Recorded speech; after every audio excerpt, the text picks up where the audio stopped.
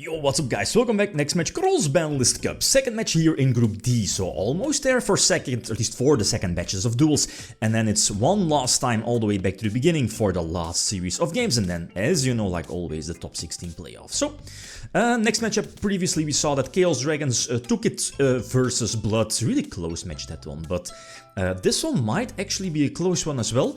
Then again, if you take a look at the votes from the people, we see that Infernity is clearly the public favorite over Quickdraw, Dandywarrior, Quickdraw Plants. Again, however you want to call the deck, basically synchro plants, kinda, you know, from 2010, from 2010. So, it's gonna take on Exceed Infernity. So, which deck has the advantage? Well, I could definitely agree that the more recent deck should have the advantage over this one. Also, then again, you know, Quickdraw is more of a slowish deck. Then again, if I take a look at the side deck, something like Quickdraw has access to powerful cards like, you know, Doom Caliber Knight, Thunder King Ryo, which is of course superb against a deck like Infernity. So, you know, let's see.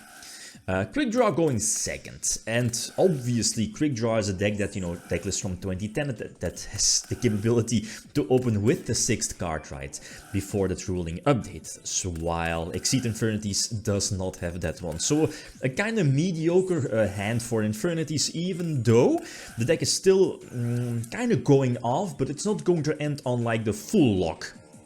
Or, you know, full combo, I guess.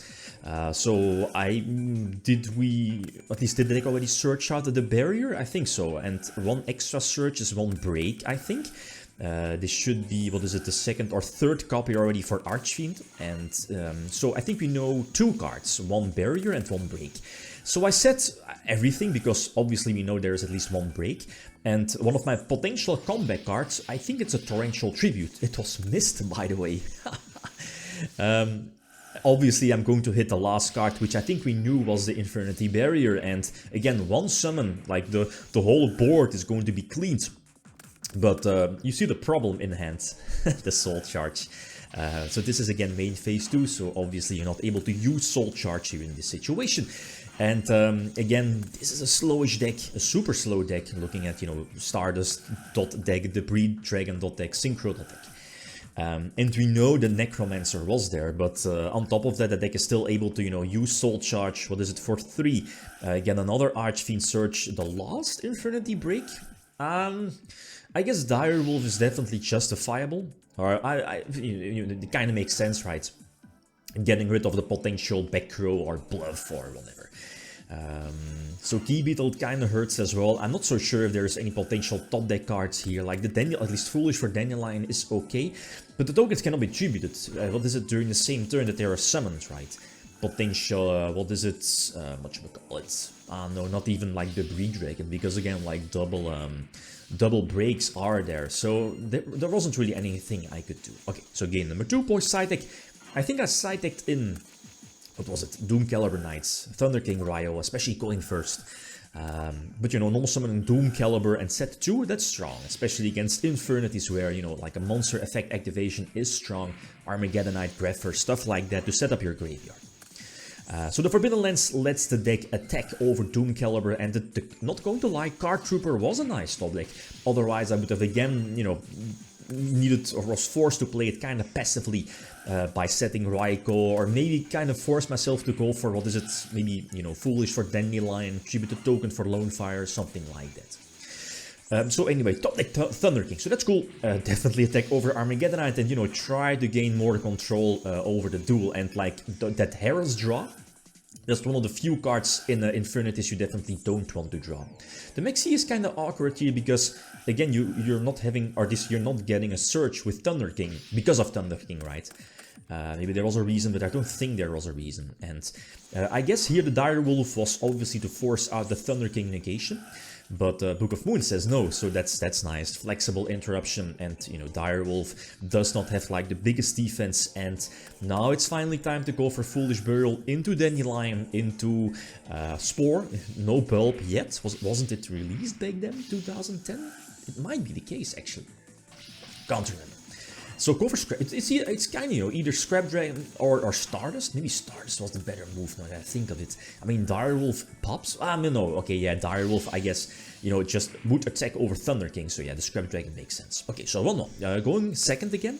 This Infernity hand is not the best. Like normal summoning Archfiend set 2, that's not the best. So go for Lone Fire, and I should probably go for Titanial. Yeah, Titanial being back then just a big beatstick that could potentially negate cards from your opponent that target your cards. So here in this case, I indeed was able to prevent or, you know, negate the Mystical Space Typhoon targeting. Was it my warning? I think so. I think that was much more important, potentially negating like a Summoner Monk activation during their turn, right? Doomcaliber Knight to attack or try to attack over Dynatherium, that is the name.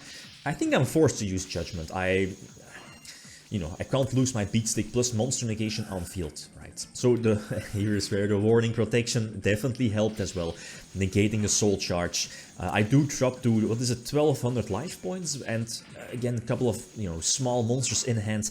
But the thing, as you know, with Doomcaliber Knight is that it's forced to use its negation effect against the first monster effect that's activated. So that counts your cards as well. So obviously you don't want to use your hand traps if you're Doomcaliber Knight on field. This Mystical Space Typhoon only makes sense if you want to push with Archfiend. I guess, you know, break to potentially banish Doomcaliber, but there was only one Infernity card, right? But I guess maybe use Launcher, go for... I don't know. I really don't know. I have no clue. But again, super, what is it? Mega Hamster, Nimble Mega Hamster.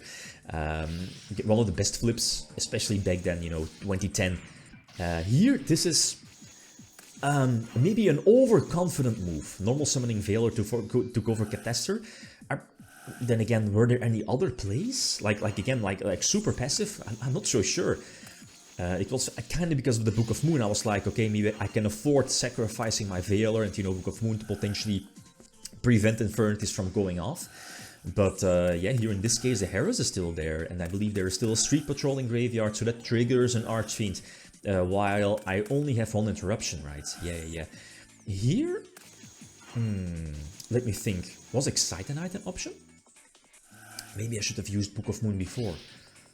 Right? No? Or am I overlooking something? I might be overlooking something. So some small damage, warning is not live, so here I'm taking a huge risk. Any beatstick would do it, but look, Upstart Goblin is around. So now I'm, what is it, 2200 life points. This could have been, no, not, you know, not game previously before the Upstart, but I think I'm forced to warning that. And then, you know, top deck foolish to go for Spore and then finally go for game. So 2-1 in front, but I think, you know, because of the normal summon Veiler before, that might have been a small mistake on my part. So, okay.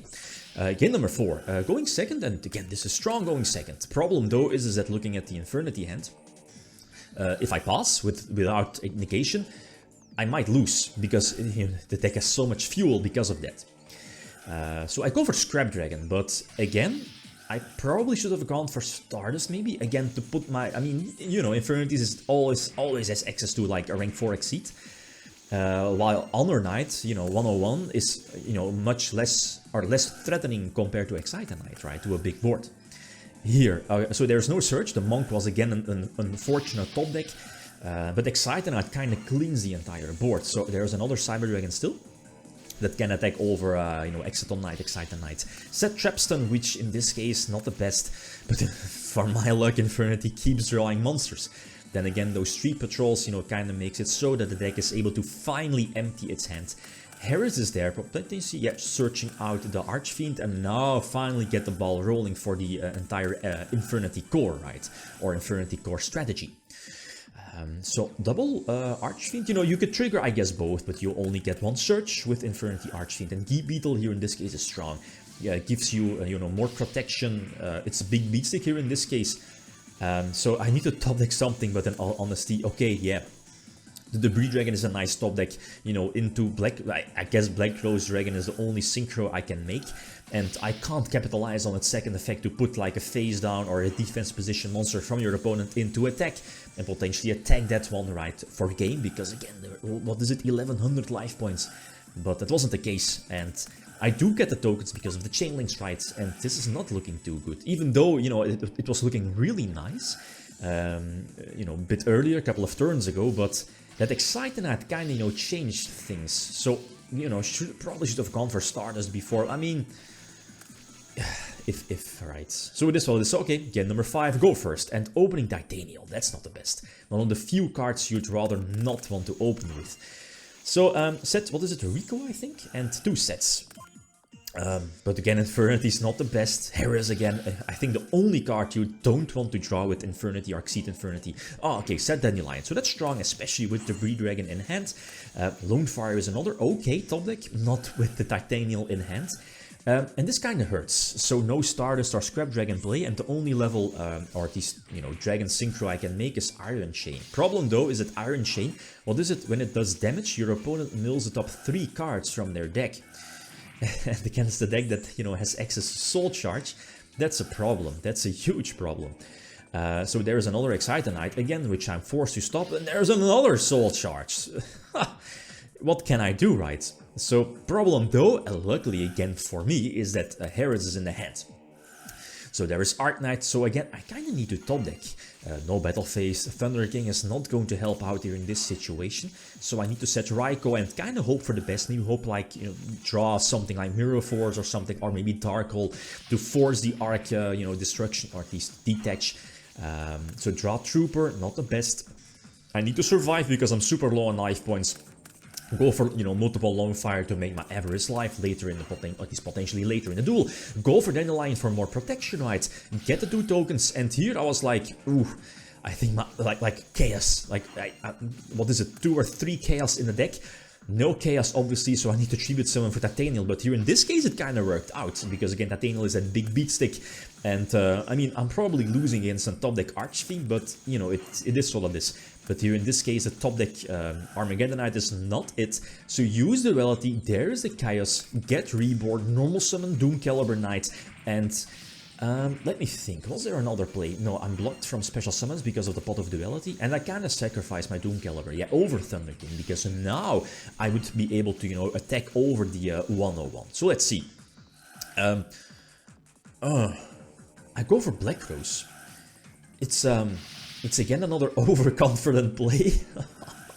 It's a really overconfident play, but because this is not enough. This is really not enough, and like another top deck Archfiend might change things. Luckily, I'm not getting punished.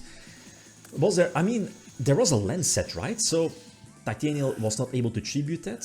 I mean, yeah, okay, yeah, kind of could make sense, or potentially force out like a break with the Breed Dragon. So long story short, this was like a super awkward game, and looking at our duel, and looking at our match, right? And looking at like the Infernity hands, sometimes like multiple monsters drawing Harris, that's not the best. So a really close match, but let's face it, this could have been like a 3-2 for Infernities as well. So next matchup, last group, Tearlaments, you know, pre-Shizu, by the way, it's going to take on one of the, yes, True King.tech Virtual World, so, you know, which deck has the advantage. Okay, guys, that's it, thanks for watching. Feel free to leave a comment or like if you enjoyed the video. Riddim signing out. Peace.